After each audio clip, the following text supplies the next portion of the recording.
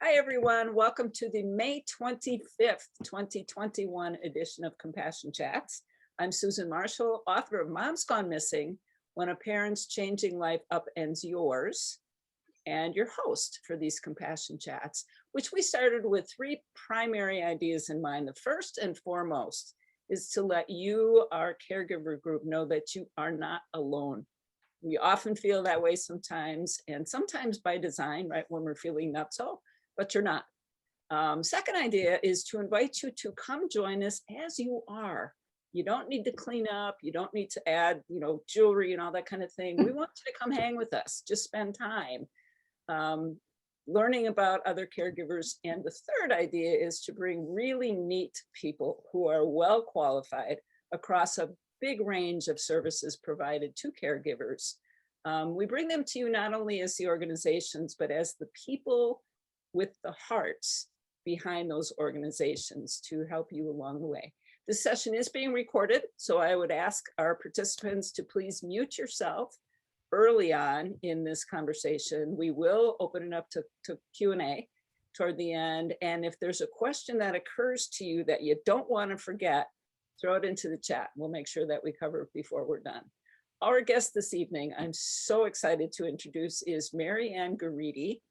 As those of you who have been on these chats before know, I had no idea this whole community of people existed. And Marianne, I think you were probably the first person that I met right after Mom's Gone Missing came out. And I was absolutely charmed, not only to learn about the company that you have, but how you got there. So welcome to you. I'd love to start with that kind of personal journey. It's a very eclectic one. You're a bit of a Renaissance woman. Yes. So welcome. Thank you. Thanks for having me. Yeah, thank you very much. Yeah, so it was great meeting you. We were connected by a mutual friend of ours, so it's always interesting. And then from there, I was able to meet Adele. So it's interesting how these networks all work out. It's really beneficial. Yeah, so basically, 25 plus years ago, I went to college and I studied recreational therapy to work with seniors and keep them active throughout their adult life. So I've always had this desire to work with seniors. And then just kind of along my journey, I worked with my husband, was a physician, so I worked in some clinics with him. We owned a couple of businesses. And along the way, I started doing electronic recycling. And we sold that company and I started working with St. Vincent de Paul.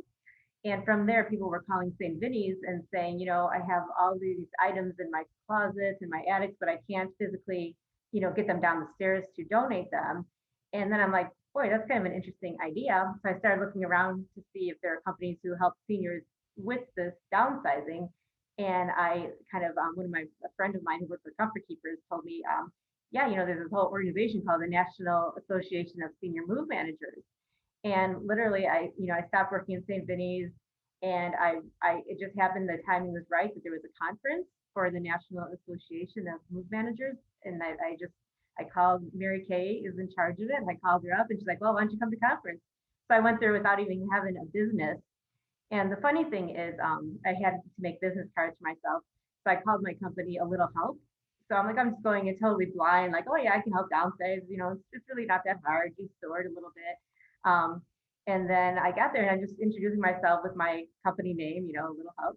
And people gave me this really weird look, right? And so then once I decided to start my business and I kind of did a couple of pro bono jobs, I realized it's a lot of work. So that was not a good name.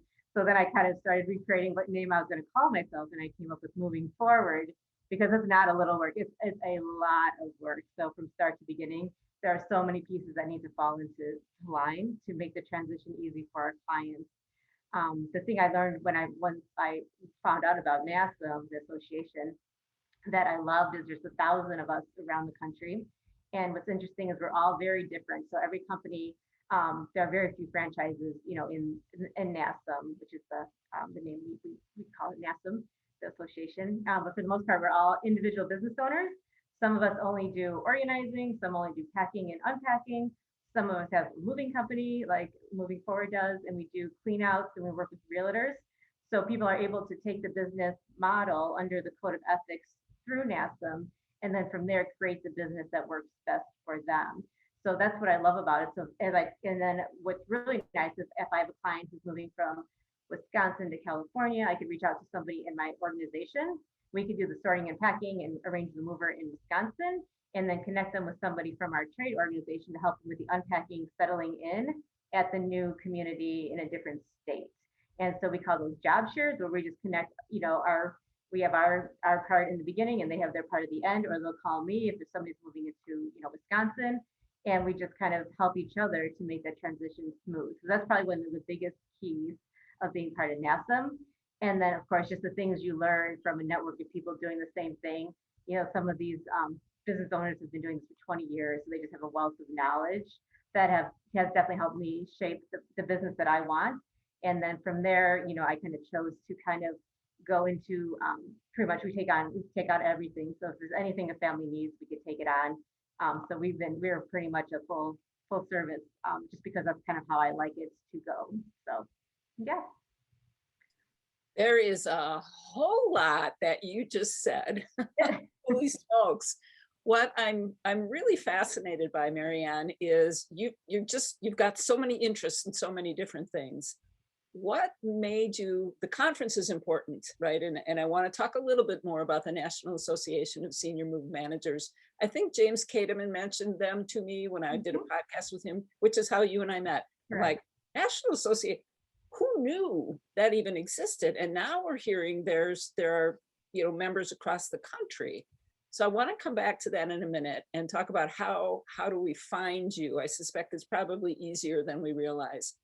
But first of all, I want to, you've been interested in so many different things. How did you put that together into a business that you can tell people about what you do so it makes sense? Sure, and it's there's a lot of components to our business, right? And so I would say sometimes when someone says, oh, call Marianne if you need to move your parents, they'll sometimes call us up and think we're a moving company. And I've really tried hard to tell people that we are really anything but a moving company. So if you kind of look at us as my company as like a project manager, basically we have all these little spokes in our little circle, and moving is one spoke, but it is not the most important part by any means. So I consider myself for the most part a downsizing company. One thing we do is move. The other thing we do is clean houses. The other thing we do is send things to donation. The other thing we do is, bring in auctioneers. So it's all these little spokes around the center with the move manager being in the center to make sure all these parts of the downsizing process happen. So when we often do these new client visits, and sometimes it's too much because the family is so overwhelmed at these new client visits that sometimes we just break it up. So we say, okay, right now let's just focus on, that you're ready to move into a senior community or ready to downsize to a condo from a house. Let's just take it in a one piece at a time. And we have to break it down like that. Otherwise, if we throw all the things out there, they're like, oh my God, I can't even, it's too much. There's too many details. So I think it's important just to kind of break it down and figure out what our clients and their families are needing at that moment. And then they're comfortable then with that spot. And then we kind of go on from there. And then we say, okay, so now the move part is all settled. So how are we going to handle the things? Are we going to ship some items to family members? And then we take on these other parts that need to happen. But we break it out into pieces. Otherwise, it's just way too much, way too many details. Well, and one of the things that we talk about here every month is the emotion around so much of this, whether it's Alzheimer's and dementia, which has really been the focus of our compassion chats as we imagine them. But so many of the services and the people we're bringing to these chats go way beyond. Debbie last month told us about working with young children and families and units. So I appreciate what you just said about coming in and starting with the immediate. How do you assure me as a caregiver? First of all, I'm emotional about this whole thing. I have no clue what to do first, second, third. I don't want to screw it up.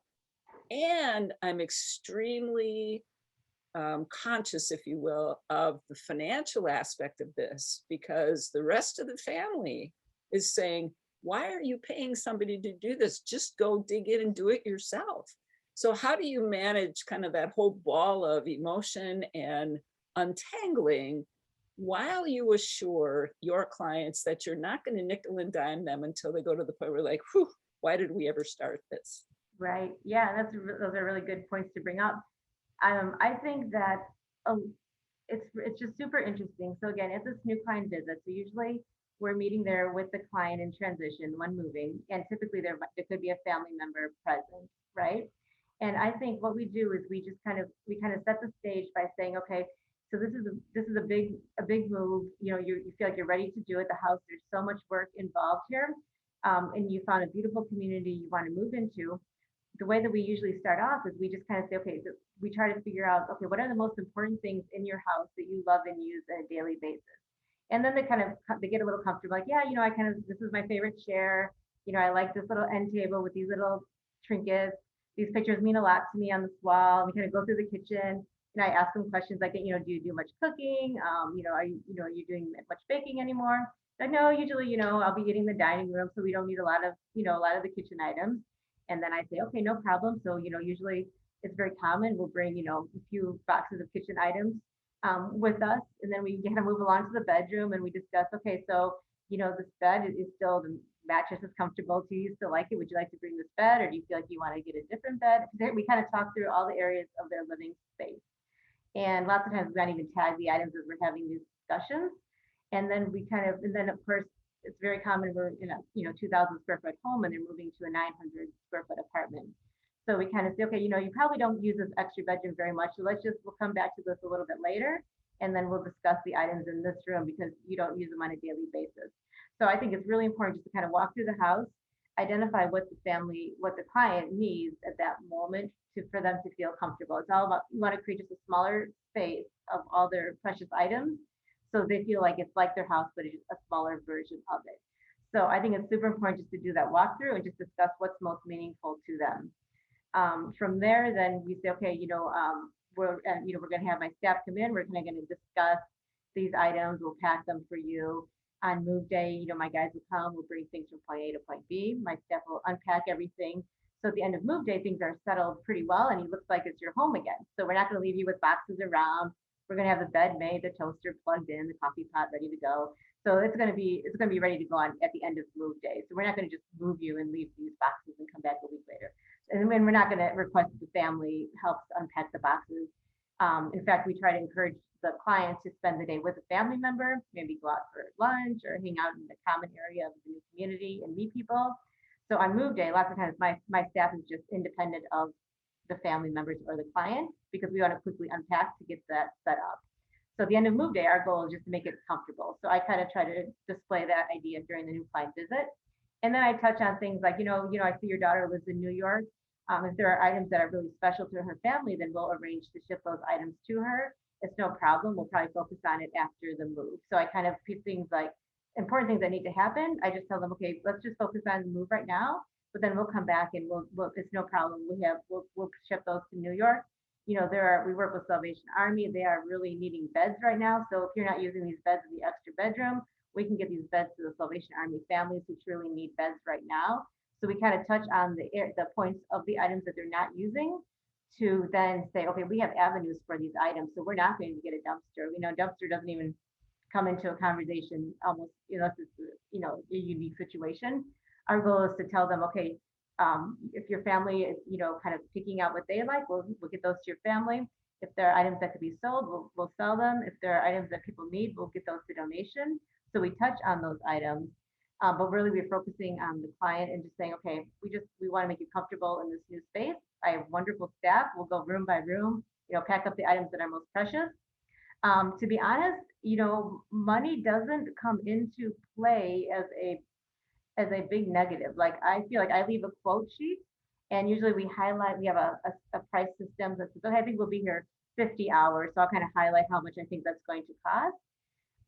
It's very seldom that it comes into play. And if there is a situation where there's a lot of money going out, then I do tell the client that sometimes we can get paid when their house sells.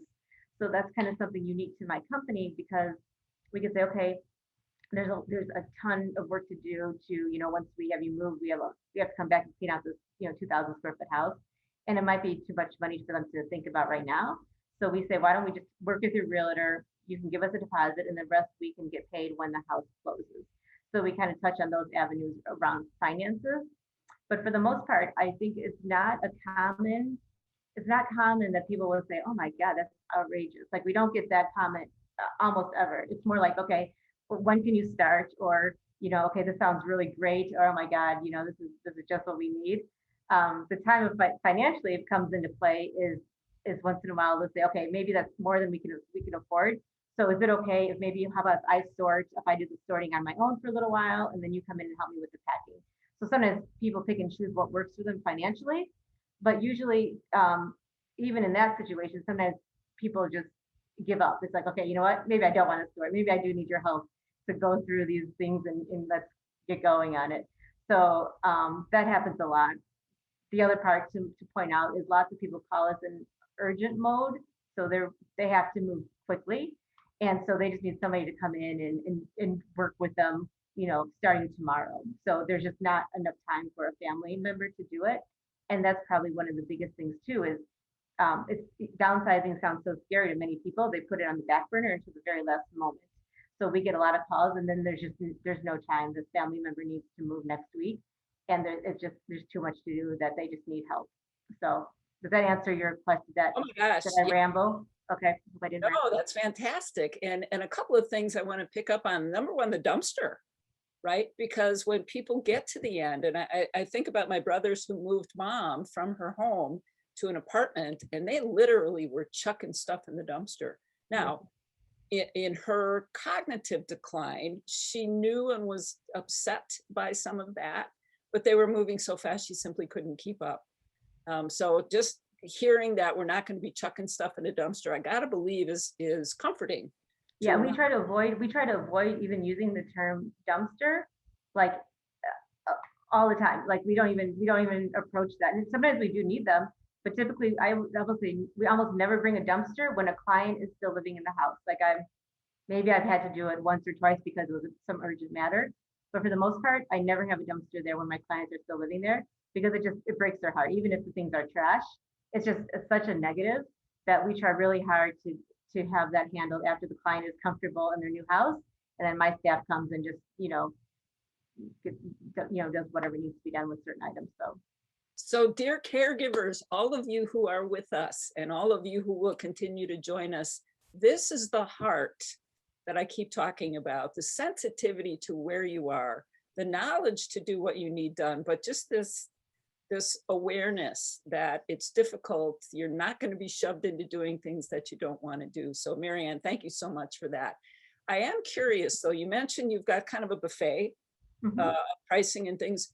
What if somebody says, I have no idea what to do? Do you kind of lay it all out? Do you highlight for them the buffet categories that they may be interested in? And how do you, if it needs to be a stepped pricing process, how and when do you determine that? Yeah, usually a new client visit. And I would say lots of people, they come to us not knowing where to start. So that's a very common thing that happens to us all the time. And again, I just feel like we touch on all the peripherals that need to happen. But honestly, we just focus, okay, so we need to move your mom on Friday. So what are the things we need to do so she can move on Friday? And I just keep coming back to that. So and sometimes they'll ask me questions about everything else, but when it's an urgent matter and the client just needs to move, then I almost put everything else. I keep pushing everything else back just for that brief moment, because then they just need a breather. And then once their relative or once the client is in a safe place, then they're like, okay, they take a breath. I'm like, okay, so now what do we do now with everything else? And then I'm like, okay, no problem. So these items are going to go to auction. These will ship to you. So you just have to break it up into pieces. But I think it's super important to focus on the client who's in that transition. That's the key, right? So they're the ones, even if it's hard on the kids and, the kids are losing the family home as well, which is hard on some children, really it's the parent. And so everything we do focuses on the parent. And, there are things that come up that we even, the daughter will kind of, or son or whatever, will kind of say, you know what, mom, you don't need to bring that with you. And they'll just be much more upfront, as we could be with our own parents, where we would not say that to somebody we're working with, right? You talk to your mother differently sometimes than you talk to somebody else. And so when we see that happening, I think that's another part where we'll say, you know what, if you don't mind, why don't we go ahead and discuss what the furniture your mom wants to bring with her? And if it'd be really helpful if you could just maybe start boxing up these areas over here, kind of give them a different task to do so that we can kind of handle discussing these sensitive issues with the clients. Because it's just gonna just need that third person in the room who helps them over these little hurdles. So there's like this little balancing act, but we always focus on the client is in transition. They're the ones making the decisions. We don't just say, okay, you can sit here and watch us pack. We keep them involved. So we say, okay, I'm going to be packing up your dresser. Do you mind sorting through your jewelry? Maybe pick out the things you want to bring with you. So we keep the client involved. And I think that's a huge part about it too. We just don't say, okay, you can just watch us work. We kind of have them doing something so they're involved in the process. And that's huge too. I so wish, Marianne, I knew you back in October of 2016 when I was doing this stuff with my mom. Yeah. And she was mad and she was upset, whatever. So, God bless you for the work that you do. How long is a typical client engagement for you? And I know that's probably an unfair question, but if I'm one of these people that mom's got to move, she's not going to organize this, so I, as POA, am organizing it for her. What's the time span we can be looking at to downsize, to move, and then to deal with all of the stuff that she didn't want to take? Yeah, and it's very and it's amazing. We've had thousands of clients, right? And it's so hard training new people because every client is so unique. But I would just say for the most part, 2 weeks is pretty typical for us to kind of get someone downsized and moved. We might take an extra week then to clean out the house. So, from start to finish, 3 weeks if we're doing, sorting, packing, moving, and downsizing to get the house on the market. 3 weeks if we're just doing kind of the downsizing to get them moved into an apartment. That could take 1 or 2 weeks. So that's the time frame. How's that? 1 to 3 weeks was my final answer. That is super efficient. Holy cow. So you mentioned the client, kind of the first meeting and the walkthrough. How quickly post that, again, probably not fair, but is there a typical time frame from the time you first meet the individual and maybe the family members, kind of assess where everything is at? How quickly then do you get started on this 2 to 3 week process? Yeah, it happens pretty quickly. Like, it's pretty interesting. We will have people who sign up with us right on that initial client visit. So that does happen. Lots of times it'll happen within 1 or 2 days of meeting them. That's pretty typical. So it happens fast.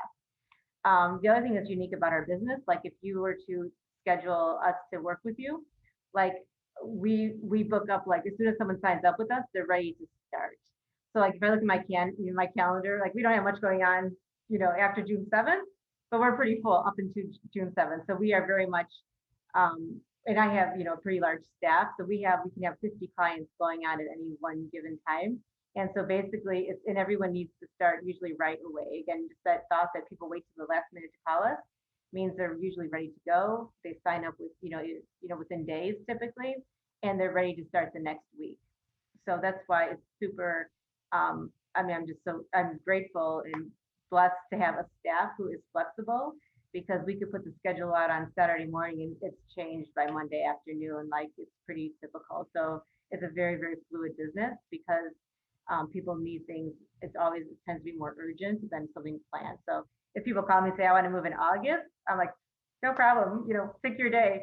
So it's all good. So, but that doesn't happen very often. So. Right. So you mentioned that you've got people who come in and prepare the house and get everything ready to go. So do you call two men in a truck?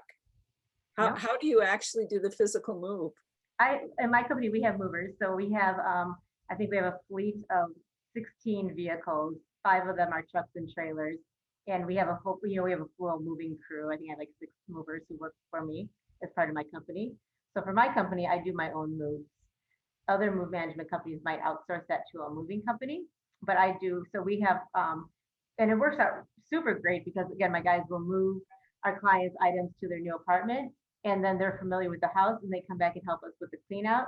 So they've already been there. So they already understand, okay, these things I'm going to come back and bring to donation. These I'm bringing to an auction house. These I'm bringing to, the landfill or whatnot. So our guys are the movers and they also haul and do clean outs with us. So for me, I feel it's super beneficial to have my own moving crew. And my guys are just, they're wonderful. They're a wonderful team. So I have my movers and my move managers, and then they kind of intermingle. Sometimes my movers help pack, so they kind of do some packing as well. But yeah. That's extraordinary. Wow, thank you for that. So I'm assuming that being a member of and accredited by the National Association of Senior Move Managers gives you access. You mentioned long distance moves, perhaps. In my case, I was in Wisconsin, had to go to Arizona, pack mom's stuff and move her back to Wisconsin. How might that process had worked had I known you 5 years ago? Yeah, no problem. And again, we always try to gauge how involved the children want to be, right? So we had a really unique situation where we had to move up some clients from Wisconsin to the state of Oregon. And so we had to, so my staff, did all the packing with the clients.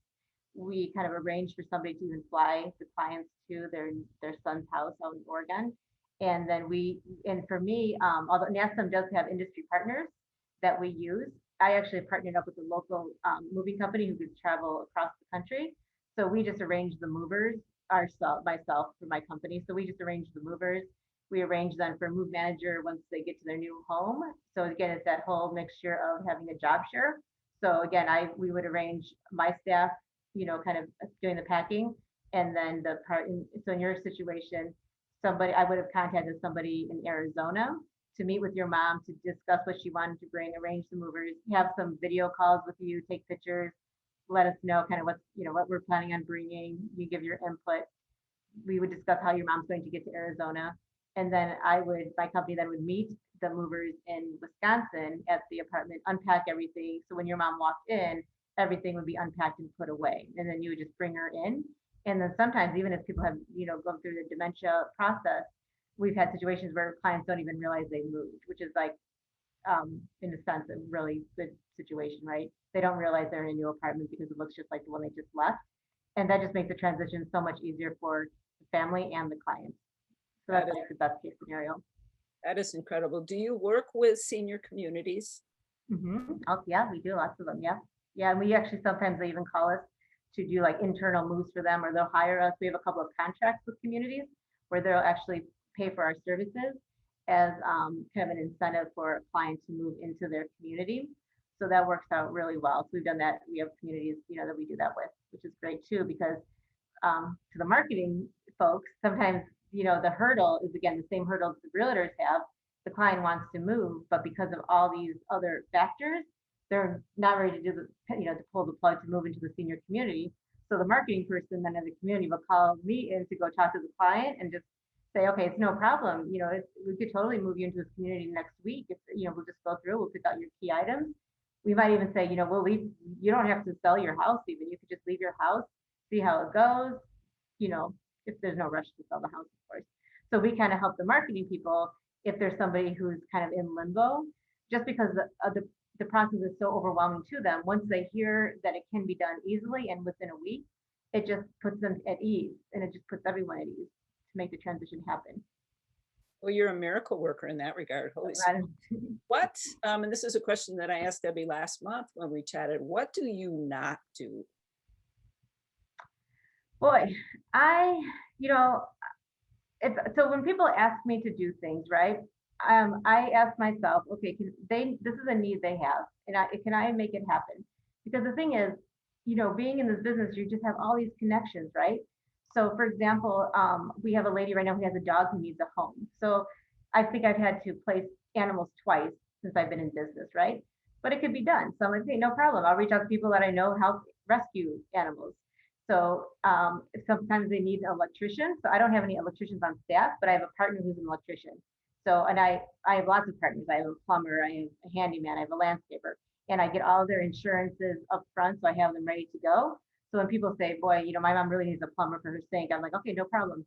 Here's my plumber. So I feel like I'm very well connected. That it's very rare. And I'll use Debbie. So even Debbie is an advocate. So like, if I feel like Debbie is somebody that is on my plethora.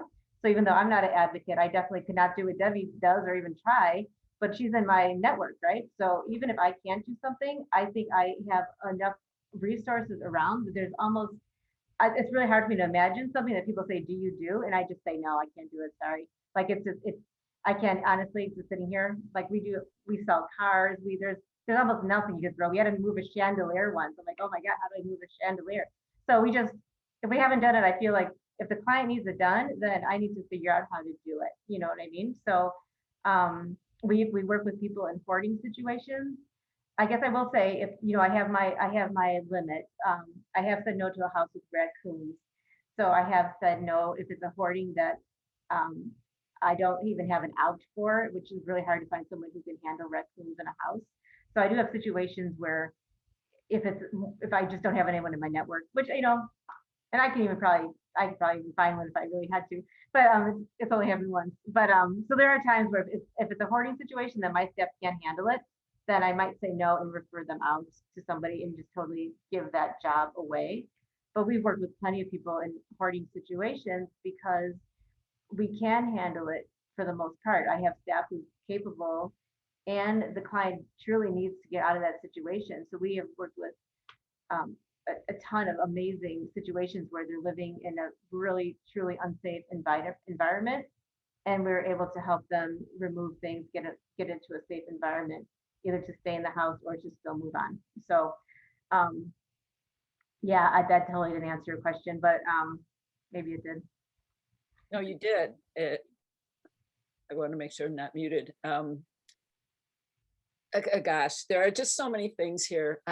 What strikes me the most, listening to you, Marianne, as we have each time we've gotten together on these chats, is just the comprehensive nature of your ability to think through what the situations may entail, obviously with lots and lots of experience, good and bad. I'm sure you could tell lots of stories that would probably curl our toes.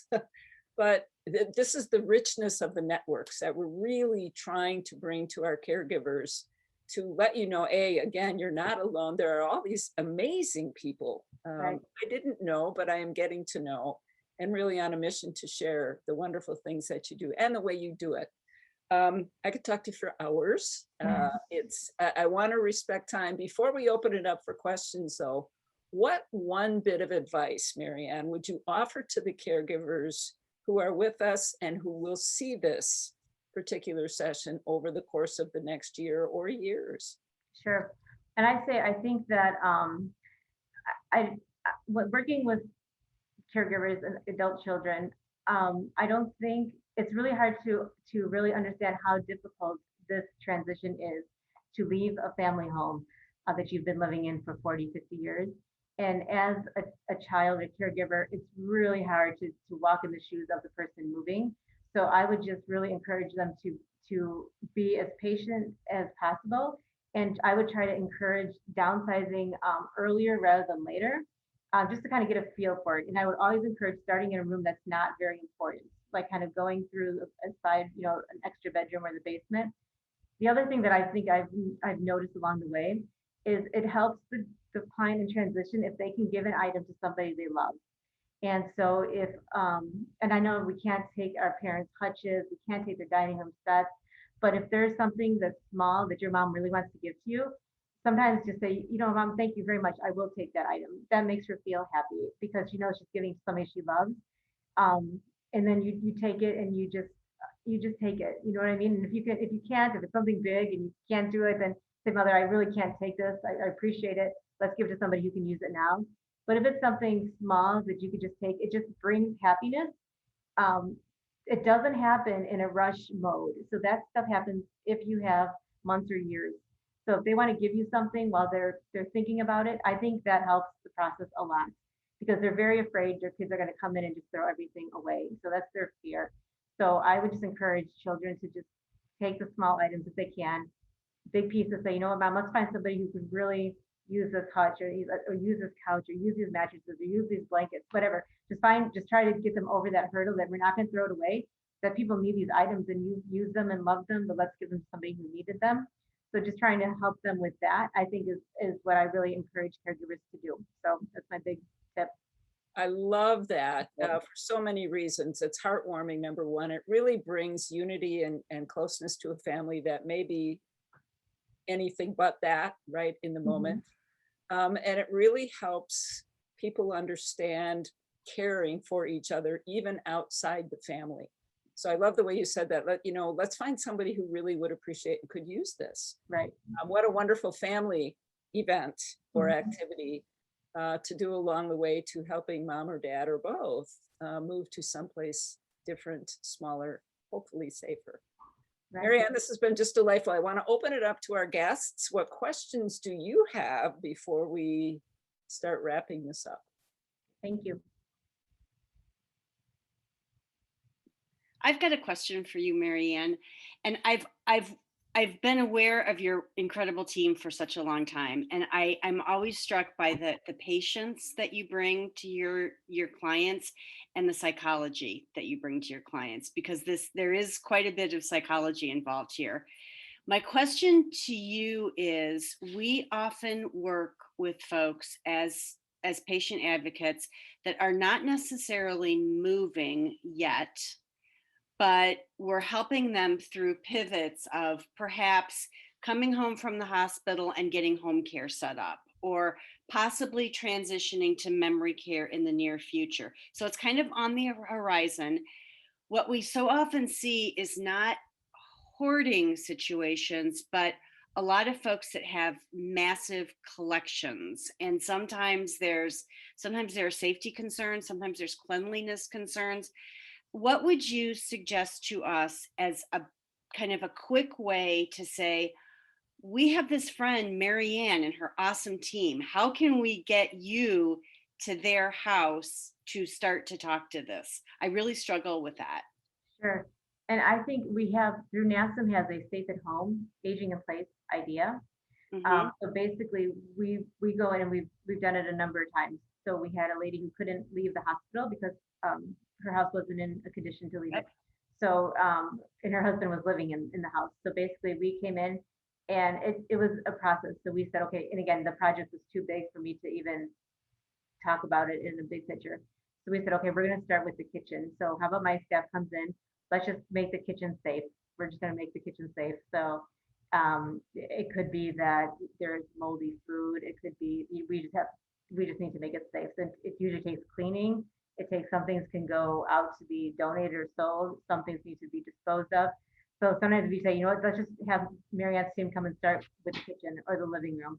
And then we get that room so it's safe, and then we move on to the next room and make that room safe, and you work your way around the house. I think that's been my best approach for, and again, it's not even, sometimes things are, they're not even, it's not a hoard situation, it's that things are out of control situation, right? And so we just take that approach and hey, we just need to, and there has been situations where it just needs to be cleaned before we can even work in there. So in that case, I actually sent in my cleaning crew to clean it before my staff would even start downsizing. So that gives you an idea of the level of jerks that need to go away. So, but once I go, it's a situation, I go there and I meet with them, like, wait, before my staff can start sorting and downsizing, we just need to, this floor hasn't been cleaned in 50 years. We need to clean the floor. So I send in my cleaning crew. Exactly. These people have been living like this for a long time, and there's no judgment that this is how they live. And I understand. But when a hospital discharge planner is getting pressure to discharge this patient because they're not appropriate to stay in the hospital, that's a problem, and we have to move really quickly. So I appreciate your team's work very much. And what I'm hearing from you is that if we can make this kind of bite-sized and more palatable, that's often the best way to approach it. It works really well. It really does. Yep. Thank you for that. Thank you. I have a comment and a question. My comment is that I've had the pleasure of being a part of one of the moves with Marianne's team, and I observed, and I worked with seniors for many years, so I knew what I was getting into. What I didn't know is that she truly does have an answer for everything. I was amazed. So one of the observations I made was the home that I was in with her, one of her team had, it was the husband had passed, and he was a professional photographer, I think it was, and he had all kinds of equipment, a lot of it very outdated, very old, and and there wasn't a hesitation from her team saying, oh, we've got a buyer for that. Oh, we've got someone for this. We've got someone who would really be interested in that. And they weren't just saying that, it was true. That just blew me away. So when she says she's got people, she really has people. That It's was a key one. component. It's important. Yeah. And the other question I have for you is, I work with a lot of people in the senior industry, and people who serve seniors, realtors who specialize in working with seniors, move managers, lots of different organizations and types of businesses. And I want to understand, because I'm always telling them the number one partner they need to have to be successful in serving their senior clients is a move management company. It's the number one thing. It's what holds everything back, from the senior communities move to a realtor's getting a move and all those kinds of things. How do you speak to those organizations, those professionals, to help them understand the profound value that you will bring to their part of the process and their part of the equation, I guess? Sure. And I think it's really, and I've invited realtors to come with me on the new client visits before. And I think that's actually a really great way to do it, because again, I'm very much like, I'm very much like, we just kind of we kind of explain what we do, we put it out there. But at the end of the day, we are like zero pressure. And I think that's really important too, for the realtor to see that. So I like having the realtor with us, because, we kind of go through it and we say, okay, if we have to, it depends on where they are, right? Some clients need to sell their house before they can move. So that's a pretty common thing financially speaking. So when the realtor is with me, we'll say, okay, why don't we just identify what's going to be new apartment, other things that, the family is going to want to come and look at or keep. Let's just box it up and store it in the basement or the garage, so it's out of sight, so it doesn't keep the house from going on the market, from going on to market. Like, we have to still put things somewhere. They have to go somewhere. So we kind of walk through that, how that's going to happen. But again, even in that situation, we're still discussing what the client wants to bring with them. So first we get that piece solved, and then we're like, okay, everything else now, they want this basement empty, so where is this going to go? And then we tell the realtor, okay, we can, if the client's comfortable, we could start sending some things to auction, donation when they're living here. If they're not comfortable, maybe we could put it in a storage unit until the family wants to come and look at it. So we just kind of go through these different, what ifs. So it kind of is a happy medium. But at the end of the day, and the other thing is, sometimes realtors will ask me, okay, are we going to have an estate sale? And that's one that I usually tell a realtor, we typically don't have estate sales. I may have arranged for one or two in the past 7 years. Like, it doesn't work for us, because that holds the house from going on the market. So it could take 6 weeks to arrange and have an estate sale. So I usually tell the realtor, what, if there are things of value, we're going to send them to auction, but the house then can be ready to go on the market in 2 weeks or 3 weeks, whatever our time frame we're working on is. And so by saying that helps the realtor know, okay, that's great, because this is the time to sell a house, and if Marianne can get it ready to go, and we don't have to wait for an estate sale, they like that piece too. So I think having the realtor's input and working with them is pretty helpful. So, to all of the caregivers who have joined us, thank you. This is why we're doing it, because we so want to support you wherever you are in this journey, make it easier where we can. And as I said in the beginning, to make sure you are not alone. So don't try to do it alone. You can find our full schedule of compassion chats, along with recordings to former chats, on my website, susanamarshall.com, along with a copy of the book, Mom's Gone Missing. Also want to invite you wholeheartedly to join us next month, June 22nd. Speaking of realtors, our guest is going to be Bruce Nemowitz, who has been not only in the real estate industry for a very long time, but he's a wonderful human being. I know you will enjoy him. We'll hope to see you again. Bring your friends, bring your family, June 22nd, 6 o'clock Central. Thank you all for being here.